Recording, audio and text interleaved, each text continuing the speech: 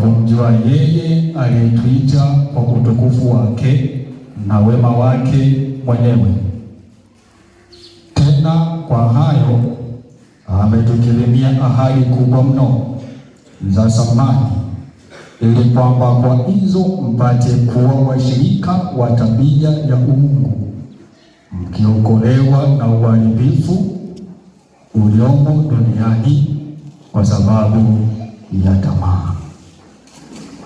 Na kwa sababu hiyo mkijitahidi sana kwa upande wenu, katika imani yenu tieni na wema, na katika wema maarifa, na katika maarifa yenu kiasi, na katika kiasi chenu saburi, na katika saburi yenu utauwa, na katika utauwa wenu upendano wa ndugu, na katika upendano wa ndugu upendo. Maana mambo hayo yakiwa kwenu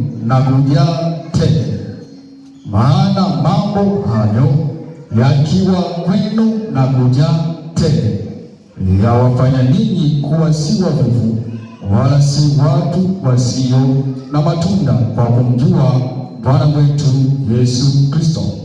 Maana yeye asiyekuwa na hayo ni kipofu, hawezi kuona vitu vilivyo mbali, amesahau kule kutakaswa dhambi zake za zamani. Yesu nakuhitaji vivyo kila saa, niwezeshe Mwokozi,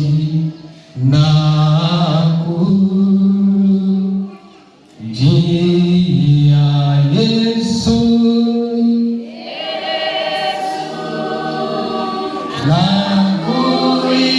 nakuhitaji vivyo kila saa, niwezeshe Mwokozi,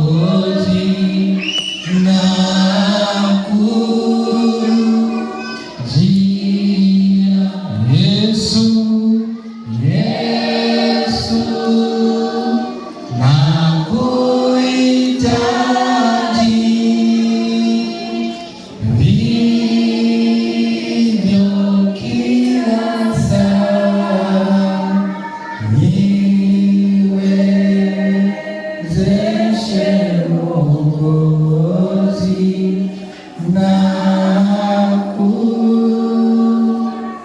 nakujia.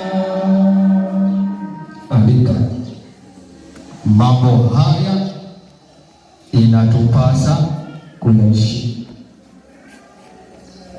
Mambo haya inatupasa kuyaishi. Mambo haya inatupasa kuyaishi, inatulazimu kuyaishi.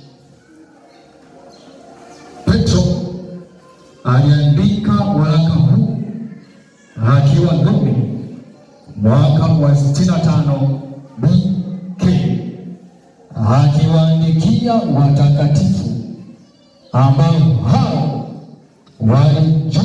walimjua Yesu Kristo, ama walimpokea Yesu Kristo kuwa Bwana na Mwokozi katika maisha yao.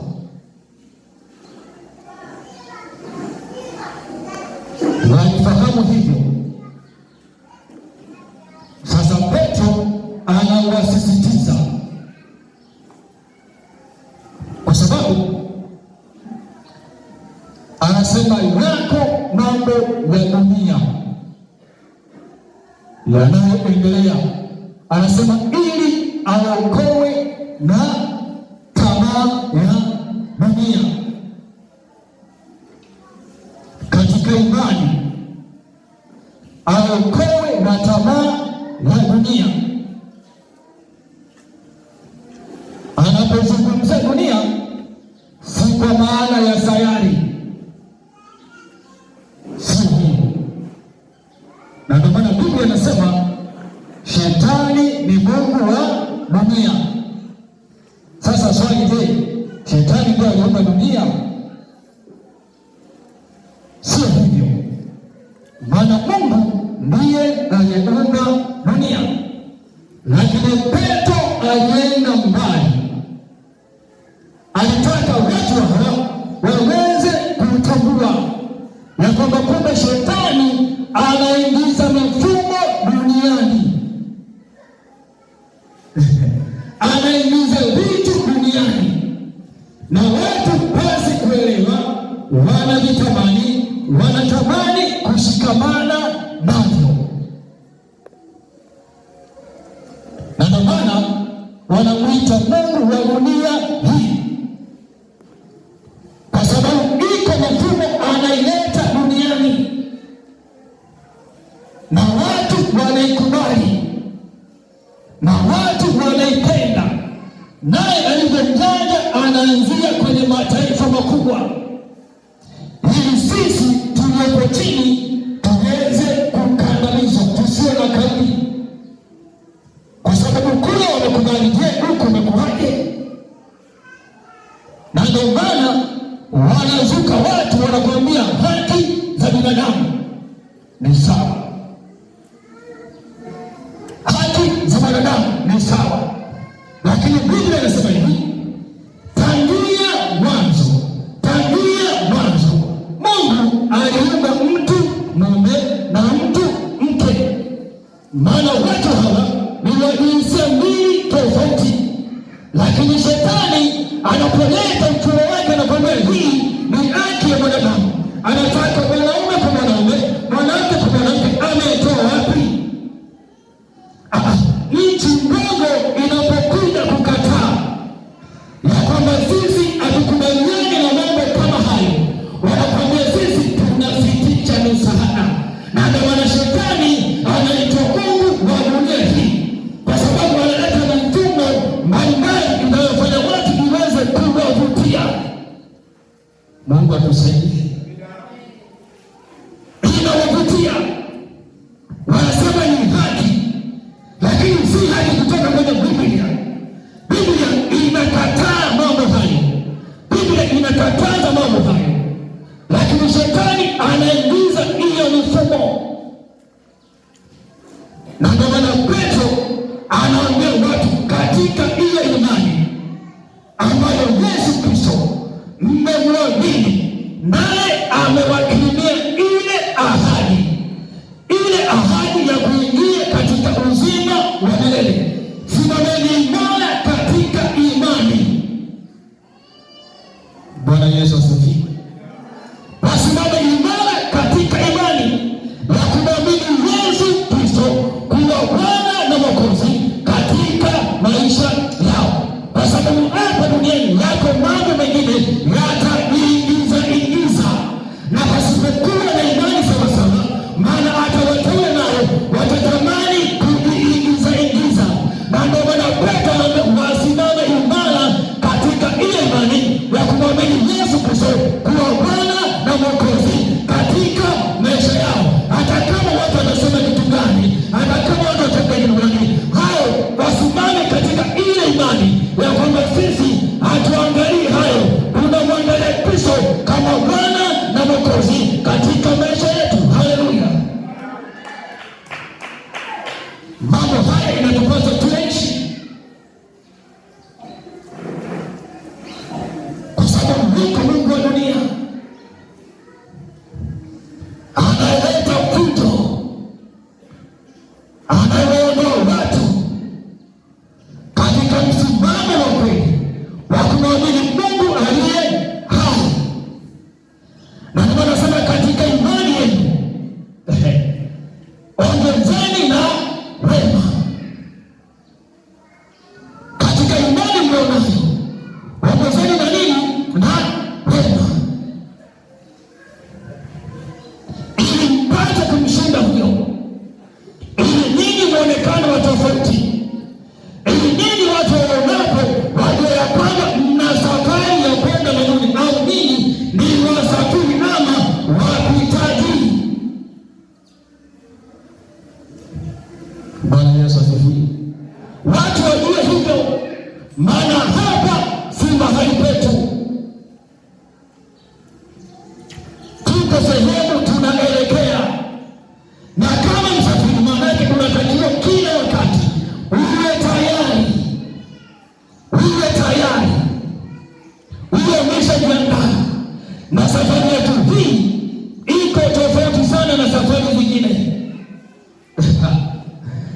Bwana Yesu asifiwe. Iko tofauti sana na safari nyingine. Ukisafiri kwenda mkoani kwako, unapokwenda kukata tiketi, watakwambia muda wa kuwasili hapa saa 12, gari linaondoka saa 1. Hata kama unakwenda kukata tiketi ya ndege unakwenda Ulaya, utaambiwa hivyo hivyo. Uko muda maalum unaelezwa, lakini Biblia inasema ya kwamba ukisikia yuko mashariki usiende, ukisikia yuko magharibi usiende. Maana yake kama umeme kuwaka na kusimika ashakuja kulichukua nini? Kanisa lake. Hivyo sisi kama wasafiri inatupasa tuwe tayari wakati, dakika, sekunde na nukta, kwa maana hatujui. Hakuna ripoti nini time ya kwamba atakuja saa 6, atakuja saa 7, saa 1:30. Sio hivyo. Ghafla kufumba na kufumbua. Biblia inasema wawili watakuwa wamelala katika kitanda kimoja, mmoja atatolewa, mmoja atafanyaje? Ataachwa. Kwa hiyo kufumba na kufumbua, na ndio maana Petro anawasisitiza katika imani hiyo mliokuwa nayo, asitoke mtu akawayumbisha. Maana katika ule waraka wa kwanza aliweza kuandikia wajiazari na walimu wa uongo, lakini hao pia wawe watu wa kutunza utakatifu. Mmoja wa dunia hii chanzo chake ni Shetani, ambaye yeye anataka kuwateka watu ili siku ile aweze kuingia na wapi? Jehanamu.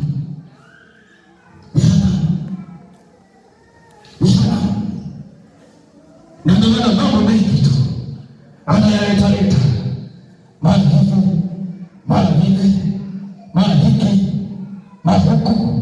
Tusipokuwa makini, maana tutajikuta wote tumeingia katika mtego wa Shetani. Bwana Yesu asifiwe sana. Na ndio maana sasa hivi kwenye Biblia kuna nini? Kuna simu kuna nini? Kuna Biblia. Wengi tunazo. Kifungua hivi unasoma. Kifungua unasoma. Lakini siku moja ilijitoa ushamba. Kama unategemea siku moja itakutoa ushamba. Kama unategemea. Bwana Yesu atusaidie sana. Tafuta hii iliyoandikwa na kuchapwa. Usitegemee ya kwenye simu. Ni mpango wa nani? Wa Shetani. Niko kwenye daladala, mtumishi mmoja akanipigia simu. Uko wapi? Naelekea kazini. Bwana samani, nitafutia andiko linasema hivi na hivi na hivi. Mungu atusaidie sana. Ikanitoa ushamba. Nitafutia andiko, mimi nikajua ni rahisi tu. Nikaingia mfukoni, nikatoa simu yangu. Biblia. Tafuta andiko, naambiwa Biblia imesimamishwa. Nikasema itakuja. Dereva anapiga gia kende ndio tena. Naambiwa Biblia imesimamishwa. Nikafika mpaka kazini. Nikaongea na bosi, hii tunaondoka. Nikafika sehemu nikapiga tena. Biblia imesimamishwa. Kama sasa mpango wa Shetani ni nini? Sasa je, yule mtu ninamsaidia? Sikumsaidia kwa sababu Biblia haikufunguka. Ninaambiwa Biblia imesimamishwa. Na ndio maana leo ziko nyingi kwenye simu. Ziko tunazo. Mwanzo tulikuwa tunajadili na bosi wangu. Nikampa andiko fulani. Akasoma akasema, wewe subiri. Hapa mimi na Biblia kama 3 hivi. Ngoja tuangalie huko. Tukaangalia huko. Tukaangalia ile nyingine iko tofauti. Akaniambia, Bwana, hizi mimi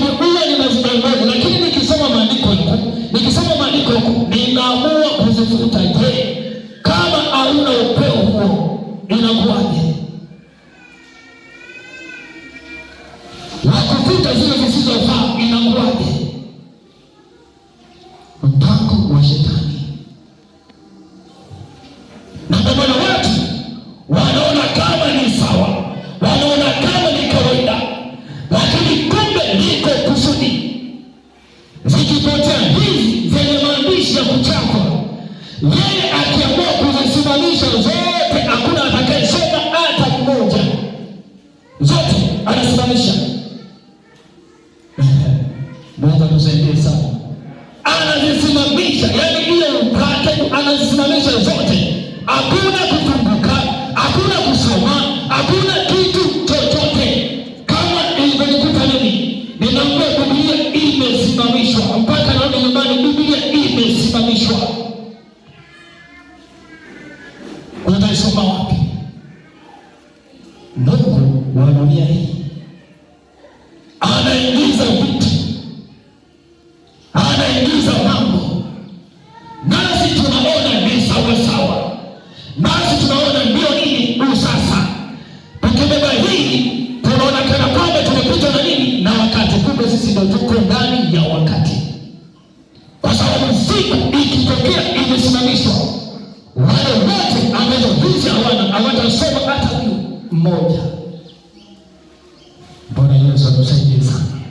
Na ndio maana Petro anawasisitiza wateule wake, anasema ninyi mliopokea imani kama sisi na kumwamini Yesu Kristo kuwa Bwana na Mwokozi katika maisha yenu, katika hiyo imani ongezeni na wema, ili watu wanapowatazama wajue ya kwamba kumbe ninyi mko tofauti na wengine. Na kama nasema tunatupasa kuishi sisi kama vile wapitaji, wasafiri, hazietembea hapa, si kwetu wapi? Ni mbinguni. Wema. Bwana Yesu atusaidie sana.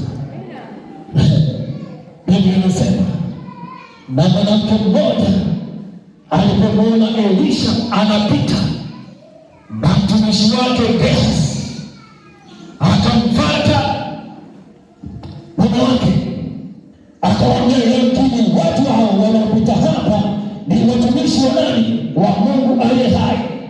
Hivyo tutoe gharama zetu, tujenge chumba kidogo mkutani, ili wanapopita, ili wanapokwenda, wakitujia sisi tuwakaribishe huko ndani, na ndani tuweke meza, na ndani tuweke nini? Kinara cha taa. Hata kama ukitaka kusoma Biblia, kile kinara cha taa kitawasaidia. Wema. Wanasema hauwezi. Wengine wanasema tenda wema nini? Nenda usingoje. Sasa wengi tunangoja hiyo ya shukrani, haipo. Na ndio maana Yesu aliwaambia watu, msifanye wema wenu machoni pa watu ili mtazamwe, ili watu waone nini? Shukrani. Tenda wema nini? Mema zako. Yule mwanamke baada ya kujenga ile nyumba, ninasema wakawakaribisha, nao wakaingia ndani. Walipoingia ndani, wakakuta kuna kinara cha taa, wakaletana nini ya chakula. Wanapoondoka, Elisha anawaambia Gehazi, nenda ukamuulize yule mama, maana ametutunza. Muulize anataka nini. Bwana Yesu asifiwe. Sio yule mama awafate, awaambie sasa mnaondokaje? Katulia kimya. Elisha anaondoka, anawaambia nenda ukamuulize anataka nini, maana ametutunza. Wema hauwezi. Yule mama akatoa kile kilichopo wapi? Ndani ya moyo wake. Akamwambia, majira kama haya mwakani lazima upokee wema. Na ndio hayo Paulo Petro alikuwa anawasisitiza katika imani, waongeze na nini? Na wema. Bwana Yesu asifiwe sana. Bwana Yesu asifiwe sana. Haleluya. Mithali 15:9. Mithali 15:9.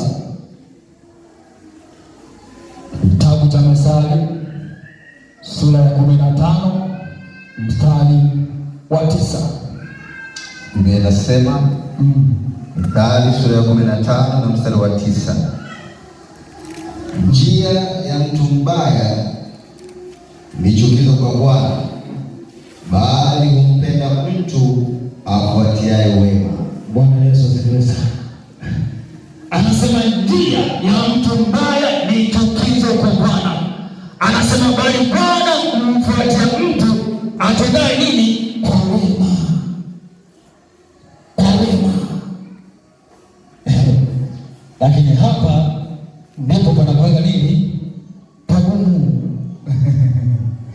Pagumu. Tunapashindwa. Hatupawezi. Kwa sababu ya nini? Ndani ya tunakuwa tuna roho ya kisasi. Hatutaki kukubaliana na yale yaliyopo. Huyu mbona amenifanya hiki? Huyu mbona amenitenda kileo hii? Nimtendee jambo hili? Nimfanyie kitu hiki? Mbona yeye amenitenda mabaya? Lakini Mungu anataka umtendee wema. Sisi ndio tunajiuliza ya kwamba itakuwaje? Nitaanzaje? Wewe tenda wema, alafu sikilize jibu la Mungu litakuwa nini? Maana Biblia inasema maana kwa kufanya hivyo utakuwa unamtendea nini? Makaa. Pamoja yeye amekutenda mabaya, pamoja yeye amekufanya mambo yasiyofaa, lakini wewe tenda wema. Maana kwa kufanya hivyo utakuwa unamtendea nini? Makaa. Maana Mungu mwenyewe ndiye atakayesimama kuweza kumwadhibu, sio wewe. Sio wewe. Na ndio maana anasema watu wabaya anawachukia, anawapenda wale watendao kwa wema. Kwa wema. Bwana Yesu asifiwe sana. Watendao kwa wema. Waraka wa 3 wa Yohana 1:11. Waraka wa 3 wa Yohana 1:11. Biblia inasema waraka wa 3 wa Yohana mstari wa 11, mpenzi, usiuige ubaya, bali uige wema. Yeye atendaye mema ni wa Mungu, bali yeye atendaye mabaya hakumwona Mungu. Bwana Yesu tusaidie. Anaongea kwa sauti ya upole, anasema mpenzi, usiuige ubaya. Kwamba mtu amekutendea jambo baya, ukalichukua ukaliweka ndani ya moyo wako, hutaki kuliachilia, hutaki kuweka msamaha. Anasema mambo kama hayo wewe usiyaige, kwa sababu iko ahadi kubwa ambayo Yesu Kristo amekuahidia. Anasema ametukirimia ahadi kuu. Hiyo ndio inatupasa tuitazame. Anasema mpenzi, usiuige ubaya. Anayetenda mabaya yeye amjui nani? Amjui Mungu. Maana Mungu mwenyewe nani? Ni mwema. Ni mwema. Anatenda hayo amjui Mungu. Anasema na wala hakumuona. Hivyo ila kila sababu na kuachilia. Sio kumbeba mtu, hapana. Achilia. Endelea kumwonyesha wema ulio nao. Endelea kumwonyesha wema. Anasema usiuige ubaya. Kama wale wengine wanaosema neno kwa neno, roho kwa roho. Hatari. Sasa ni kichwa kwa kichwa sijui.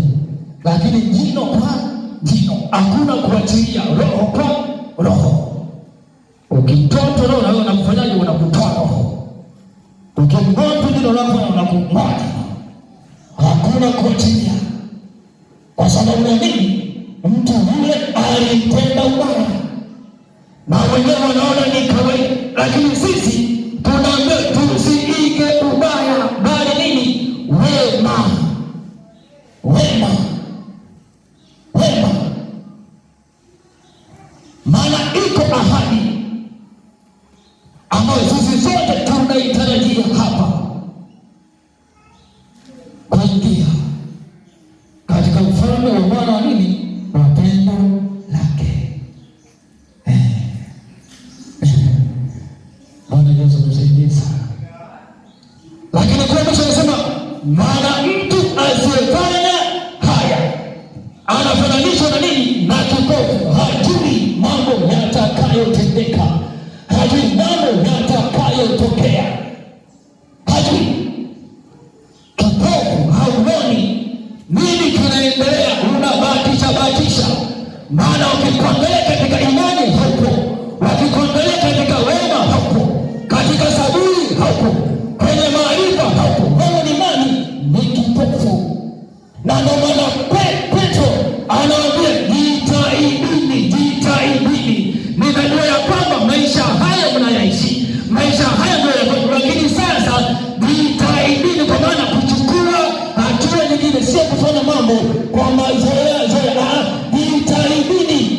Kama umepiga hatua moja, kama umepiga hatua mbili, ongeza nyingine ya ngapi? Ya tatu. Na ndio maana Paulo aliombea Wafilipi, sio kana kwamba nimekwisha kufanyaje kufika. Hapana, sijafika.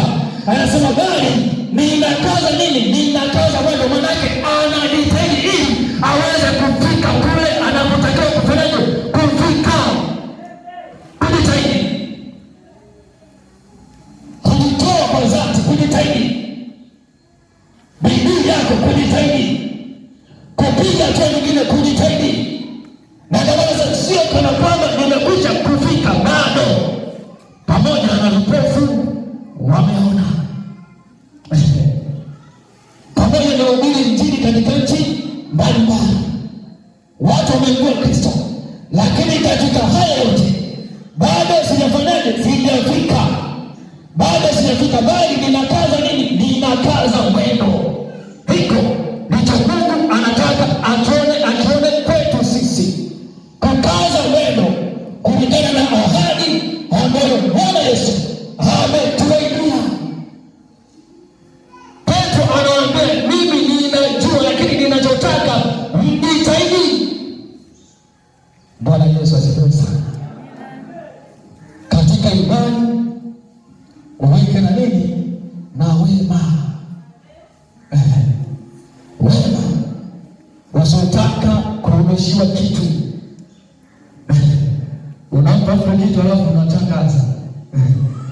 Unaona ile suti, ile shati aliyovaa kubadilisha, ni nini? Sio huo. Kile kiatu chako umekiona, ni nini? Sio huo. Kimya. Bwana mwenyewe anaonaye siri. Bwana mwenyewe anaonaye nini? Siri. Sio kutangaza. Na ndio maana Yesu anasema usifanye wema machoni pa watu ili mtazame. Kimya. Unabeba kilo sukari unampelekea mtu kimya. Tumishi, Mungu akubariki. Anasema amina. Tumishi, hiyo utakunywa soda. Amina. Bwana Yesu tusaidie sana. Mungu anasema palikuwa na mtu mmoja mwanamke. Wakati Paulo amekwenda kuhubiri Injili, huyu alikuwa mwanamke wa kwanza kuokoka. Dorcas, kwa jina lingine alikuwa anajulikana kama nani? Yeye kazi yake ilikuwa ni kushona gauni, kisha anapeleka kwa wajane. Jamani, sikukuu hii Mungu awabariki. Shikeni hizi, anagawa, shika hii mama fulani, hii ya kwako. Hii inanitosha, hata kama haikutoshi nitaongeza tena. Hii ya kwako, hii ya kwako. Ikatokea umauti umempata. Wale mama wakasikia kwamba Paulo yuko kwenye mtu, wakasema sisi hatukubali.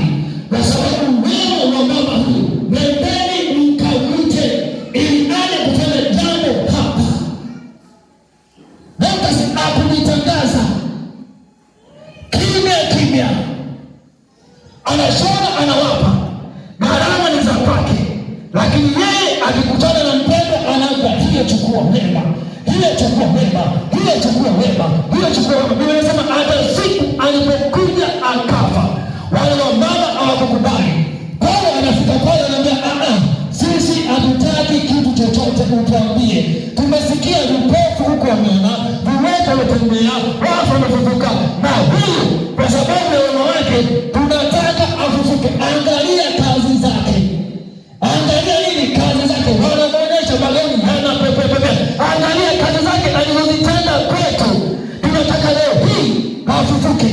Alitamka neno moja tu, kwa jina la Yesu, inuka, kwa sababu ya wema. Na ndio maana unaambiwa wema ni nini? Ni akiba. Usisubiri kwamba utende upewe. Wewe tenda, kisha Bwana mwenyewe atatenda kwa wakati wake yeye mwenyewe, wala sio kule wakudai ya kama ngoja nimpe nione, ngoja nifanye niangalie. Sio huo. Wewe toa, wewe tenda, alafu acha Bwana mwenyewe akutendee. Hiko ndicho utakuwa unataka mtu mwenyewe akutendee mwenyewe. Bwana Yesu msaidie sana.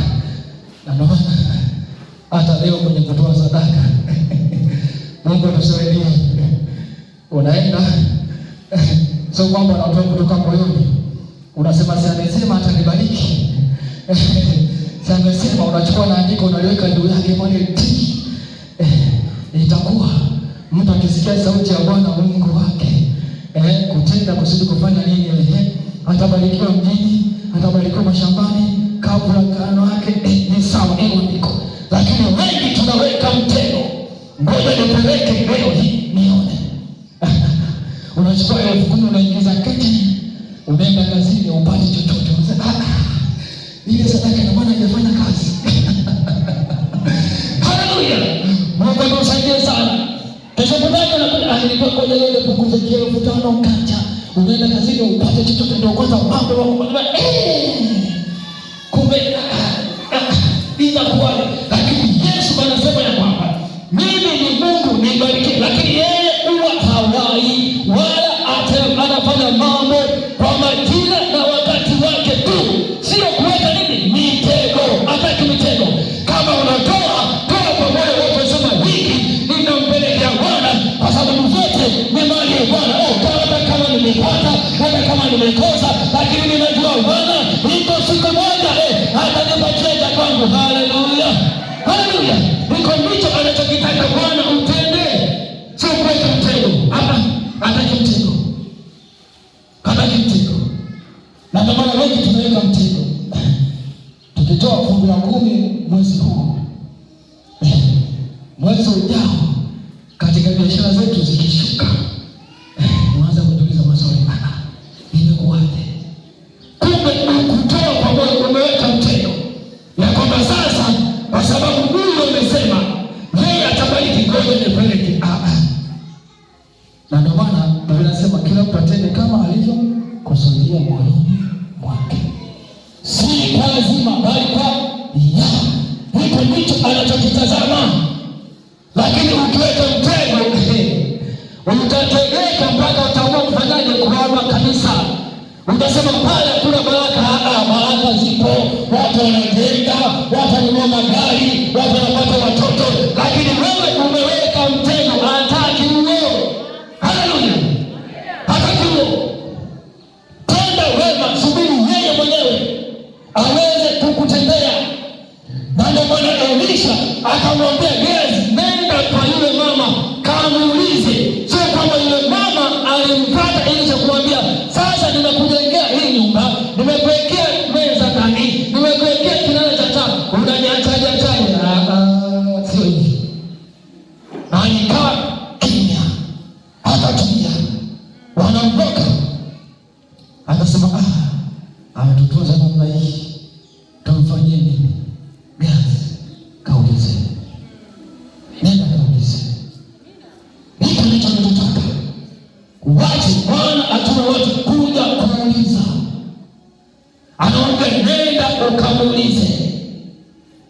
Je, tumwambie nenda kwa mfalme? Yule mama akasema hapana, wewe ni mtu ninayejiweza, Gehazi akasema hakika yake huyu hana maana, pamoja na mali zote, pamoja na utajiri wake, lakini kilio chake kikubwa ni nani? Ni ana mtoto huyu. Na ndipo Elisha akamwambia, basi mwakani majira kama haya utakupatia nini? Mtoto. Utakupatia mtoto wema. Bwana Yesu asifiwe sana. Hauwezi unapotenda, lakini msiweke mtego. Unapoweka mtego hakuna baraka, kwa sababu umetoa lakini si kwa moyo. Mtego ili upate, sio hivyo. Tenda sababu Mungu mwenyewe akupe. Paulo Petro anawasisitiza, anasema basi katika uelewa wenu wekeni na maarifa. Na maarifa. Bwana Yesu asifiwe sana. Bwana Yesu asifiwe sana. Katika uelewa wenu wekeni na maarifa. Mambo ya Nyakati wa Pili sura ya 1 mstari wa 9 na 10. Maarifa, uweza wa kujua mambo. Twende basi. Nyakati wa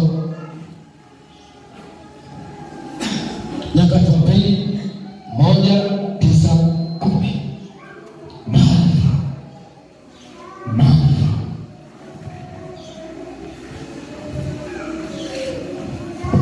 Biblia inasema Nyakati wa Pili 1:9.